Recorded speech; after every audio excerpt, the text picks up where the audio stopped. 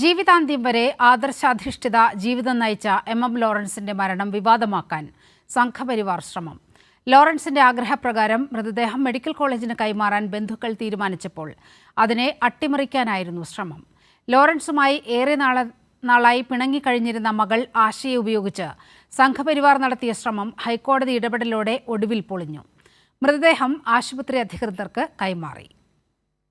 ഹൈക്കോടതി അഭിഭാഷകൻ കൂടിയായ മകൻ എം.എൽ. സജീവനെയും മകൾ സുജാതയുമായിരുന്നു തന്റെ മരണാനന്തര ചടങ്ങുകൾ സംബന്ധിച്ച് എം ലോറൻസ് ചുമതലപ്പെടുത്തിയിരുന്നത്. മൃതദേഹം മെഡിക്കൽ പഠനാവശ്യത്തിന് ഉപയോഗിക്കണമെന്നും തന്റെ മൃതദേഹം മെഡിക്കൽ കോളേജിന് കൈമാറണമെന്നായിരുന്നു ലോറൻസിന്റെ ആവശ്യം. മക്കൾ ഇക്കാര്യം CPIM നേതൃത്വത്തെ അറിയിച്ചതനുസരിച്ചാണ് മൃതദേഹം ആശുപത്രിക്ക് കൈമാറുമെന്ന് പ്രഖ്യാപിച്ചത്. ഇതിനിടെയാണ് ലോറൻസുമായി ഏറെ നാളായി പിണങ്ങിക്കഴിഞ്ഞിരുന്ന മകൾ ആശ എതിർപ്പുമായി രംഗത്തെത്തിയത്. നേരത്തെ BJP അംഗത്വം സ്വീകരിച്ച് വിവാദത്തിലായ മകനുമായാണ് ആശ പൊതുദർശന വേദിയിലെത്തിയത്. മൃതദേഹം തനിക്ക് വിട്ടു നൽകണമെന്നായിരുന്നു ആവശ്യം. എന്നാൽ മറ്റ് രണ്ട് മക്കളും എതിർത്തതോടെ പിൻവാങ്ങിയെങ്കിലും നേരെ ഹൈക്കോടതിയെ സമീപിക്കുകയായിരുന്നു. മൃതദേഹം ആശുപത്രിക്ക് കൈമാറുന്നത് തടയണമെന്നായിരുന്നു ഹർജിയിലെ ആവശ്യം. സംഘപരിവാർ അഭിഭാഷകനായ അഡ്വക്കേറ്റ് കൃഷ്ണരാജു മുഖേന ഹർജി സമർപ്പിച്ചതോടെ പിന്നിൽ സംഘപരിവാർ ആണെന്ന് വ്യക്തമായി. സഹോദരിയുടെ നീക്കത്തിന് പിന്നിൽ RSS ആണെന്ന് എം ലോറൻസിന്റെ മകൻ അഡ്വക്കേറ്റ് M.L. സജീവൻ പറഞ്ഞു.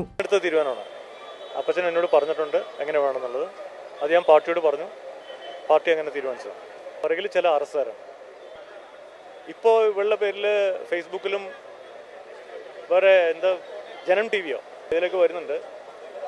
അതിലെ വാക്കുകളും പറയുന്ന കാര്യങ്ങൾ ശ്രദ്ധിച്ചാൽ അറിയാം ഏതോ ചില അറസ്റ്റുകാർ തന്നെയാണ് ഇതിൻ്റെ പുറകിലെന്നുള്ളത്.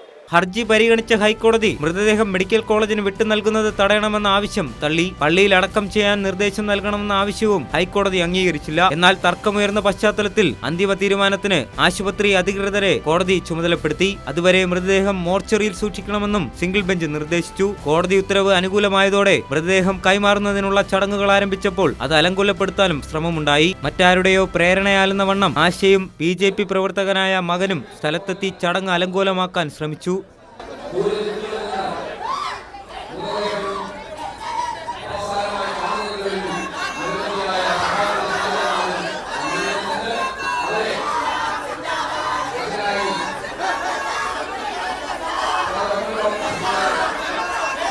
എന്നാൽ മറ്റു മക്കളും ബന്ധുക്കളും കർശന നിലപാട് സ്വീകരിച്ചതോടെ അവർക്ക് പിൻവാങ്ങേണ്ടി വന്നു. ഇതിനിടെ ഔദ്യോഗിക ബഹുമതികൾ ഉൾപ്പെടെ പൂർത്തിയാക്കി മൃതദേഹം ആശുപത്രി അധികൃതർക്ക് കൈമാറി.